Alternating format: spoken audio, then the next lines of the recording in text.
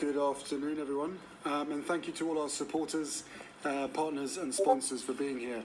It is one of the few rooms or buildings, certainly this room, in the UK that has air conditioning, so I can understand why every seat is full. I get it. But looking around this room, I see people representing different nations, different governments, different militaries, different organizations, and of course different approaches to recovery. And that's exactly as it should be. No two countries are the same. No two healthcare systems are the same. And no two military cultures are the same either. And what brings us together is far more important than what sets us apart. Every one of us believes that those who have served their country, and in particular those whose lives have been changed by that service, deserve more than our gratitude. They deserve opportunity, the chance to redefine one's purpose and identity.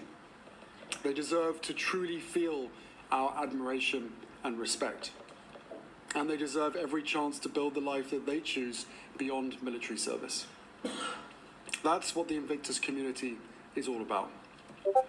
Now, over the next 2 hours, you'll hear about programs, partnerships, policies, and practical solutions, all in the hope of making progress, which comes when we're prepared to learn from one another.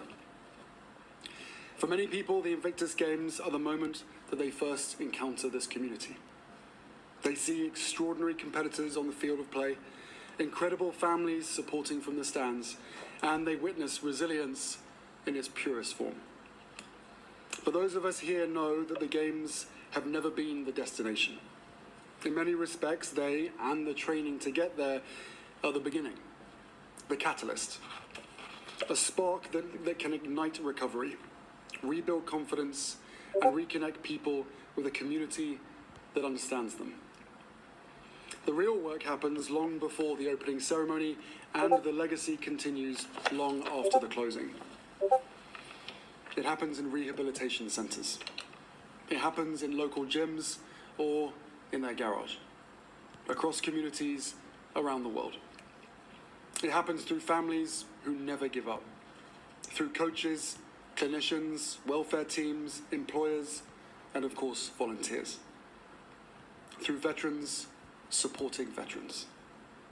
And through leaders who choose to invest in people rather than simply admire their resilience from a distance.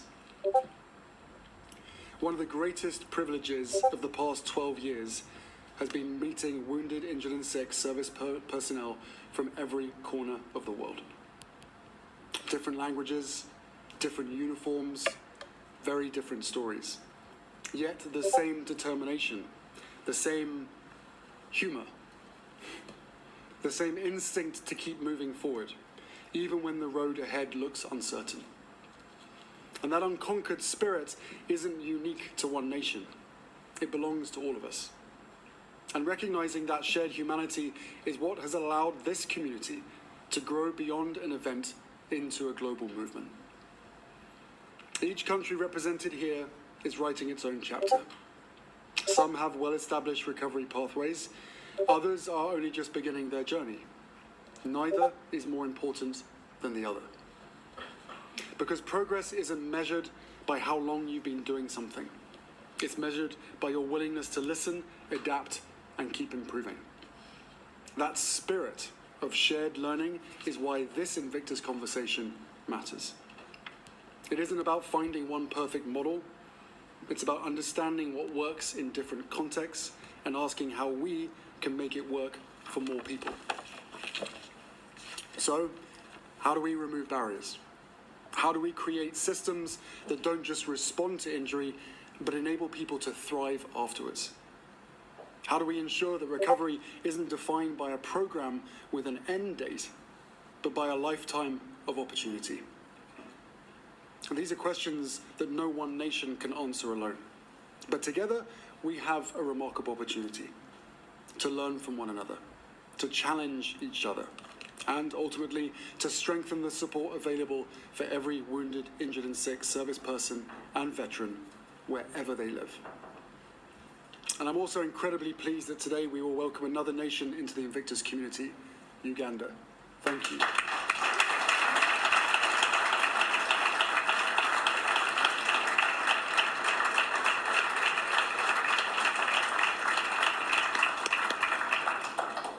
Growth has never been about numbers. It's about reaching those who need us most, and building partnerships that last, and ensuring that no one feels that they're making this journey alone. And to everyone speaking today or asking questions, I hope we approach these conversations with a sense of collective responsibility, a genuine commitment to improving the lives of men and women who have already given so much in service to others. Because this isn't about celebrating individual success stories, however inspiring they are.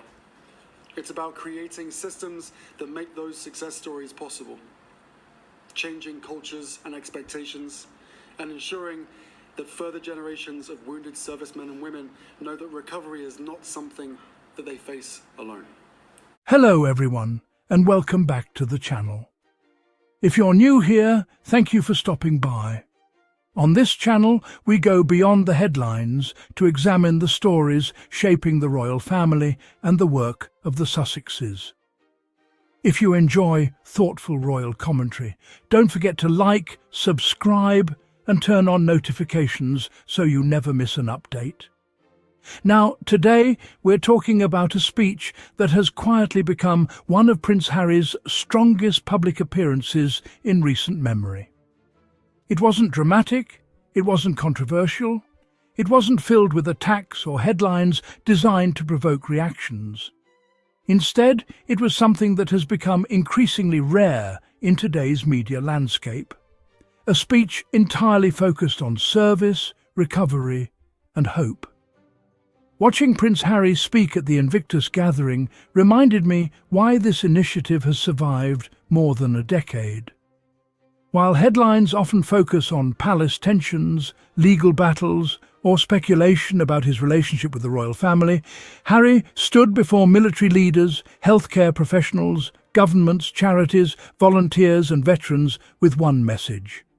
The mission has always been bigger than him. And I think that's the first thing worth talking about. One of the biggest misconceptions surrounding Prince Harry is that everything he does revolves around his personal story. But if you actually listen carefully to this speech, you'll notice something different. He hardly made himself the focus at all. Instead, he spent nearly every minute talking about wounded service personnel, their families, healthcare systems, rehabilitation, coaches, volunteers, employers and communities. That immediately changes the tone of the conversation. Rather than asking people to admire him as the founder of Invictus, he repeatedly asked them to think about the people the movement exists to serve. To me, that says a lot about how Harry sees leadership. Good leaders don't constantly place themselves at the center of the story. They create space for others to be recognized, and that's exactly what happened here. Another thing that stood out was how naturally he opened the room. He began with a light-hearted joke about the building having air conditioning, instantly breaking the formality of the occasion. It was a simple moment, but it mattered because it made everyone feel comfortable before moving into much more serious topics. That's actually an underrated communication skill. Many public speakers dive straight into statistics or prepared remarks, but Harry has often shown an ability to connect emotionally before delivering his core message. That combination of humour and sincerity made the audience feel included rather than lectured. But perhaps the strongest line in the entire speech was this simple idea. What brings us together is far more important than what sets us apart. At first glance, it sounds like an inspirational quote. But when you think about who was sitting in that room, those words carried much greater significance. There were representatives from different nations, different governments, different military cultures, different healthcare systems, and different organizations. Every one of them approaches veteran care differently. Instead of arguing that one country has all the answers, Harry argued that everyone has something valuable to contribute. That's a remarkably collaborative way of thinking. Too often we see international discussions become competitions over whose model is best. Harry challenged that mindset. His message wasn't, "Copy us." His message was, "Let's learn from one another." That difference is important because it reflects what Invictus has gradually become. Many people still think the Invictus Games are simply a sporting competition. Harry clearly challenged that perception. He described the Games as the beginning rather than the destination. I thought that was one of the most powerful parts of the speech. Most people see the medals, the opening ceremonies, the crowds and the emotional victories. But Harry reminded everyone that the real work begins long before athletes ever arrive at the Games. Recovery happens in rehabilitation centres. It happens in local gyms. It happens inside family homes. It happens through counselling. It happens through employment opportunities. It happens because communities refuse to abandon veterans once their military service ends. That completely changes how we think about Invictus. It's no longer just about sport. Sport simply becomes the doorway toward rebuilding confidence, identity and purpose. And honestly, I think that's why the movement has continued to grow internationally. People connect with purpose much more than they connect with competition. Another moment that deserves attention was Harry's announcement welcoming Uganda into the Invictus community. Some viewers might see that as a brief administrative update. I don't. To me, it represents something much larger. Growth isn't simply measured by the number of participating countries. It's measured by how many veterans gain access to support, recovery programs, and international partnerships because of that expansion. Every new nation means more people have an opportunity to benefit from shared knowledge and experience. That's exactly the kind of long-term thinking Harry encouraged throughout his speech. He wasn't celebrating numbers, he was celebrating impact. One section I found especially compelling was when Harry asked a series of difficult questions instead of pretending to have easy answers. How do we remove barriers to recovery? How do we help people thrive after injury? How do we create lifelong opportunities instead of temporary programs? Notice what he didn't do. He didn't stand there claiming to possess every solution. Instead, he invited governments, healthcare providers, charities and communities into a shared conversation. In today's world, where many leaders are quick to offer certainty, there is something refreshing about someone willing to acknowledge that meaningful progress requires collaboration. That humility strengthens the message. It doesn't weaken it. Throughout the speech, another theme kept appearing again and again: the unconquered human spirit. That phrase has become synonymous with Invictus over the years, but Harry gave it fresh meaning. He argued that resilience doesn't belong to one nation. It isn't limited by language, culture, or geography. Instead, it exists wherever people choose to keep moving forward despite unimaginable challenges. That's an incredibly hopeful message, especially in a time when so much public conversation focuses on division. Harry's speech suggested that recovery itself can unite people who might otherwise have very little in common. That's a message capable of resonating far beyond military communities. Now, it's also worth acknowledging that Prince Harry remains a figure who attracts a wide range of opinions. Some people continue to view him primarily through the lens of royal family disputes. Others admire his humanitarian work. Both perspectives exist. But regardless of where someone stands personally, I think it's fair to evaluate each public appearance on its own merits. And in this case, the speech remained consistently focused on veterans, recovery, and community. It wasn't a speech about palace politics. It wasn't a speech about media criticism. It wasn't a speech asking for sympathy. It was a speech encouraging practical cooperation to improve people's lives. That's an important distinction. One thing I always find interesting is how quickly speeches like this can become overshadowed by unrelated headlines. Yet years from now, it's initiatives like Invictus that may leave the more lasting legacy. Royal headlines come and go. Media cycles move on.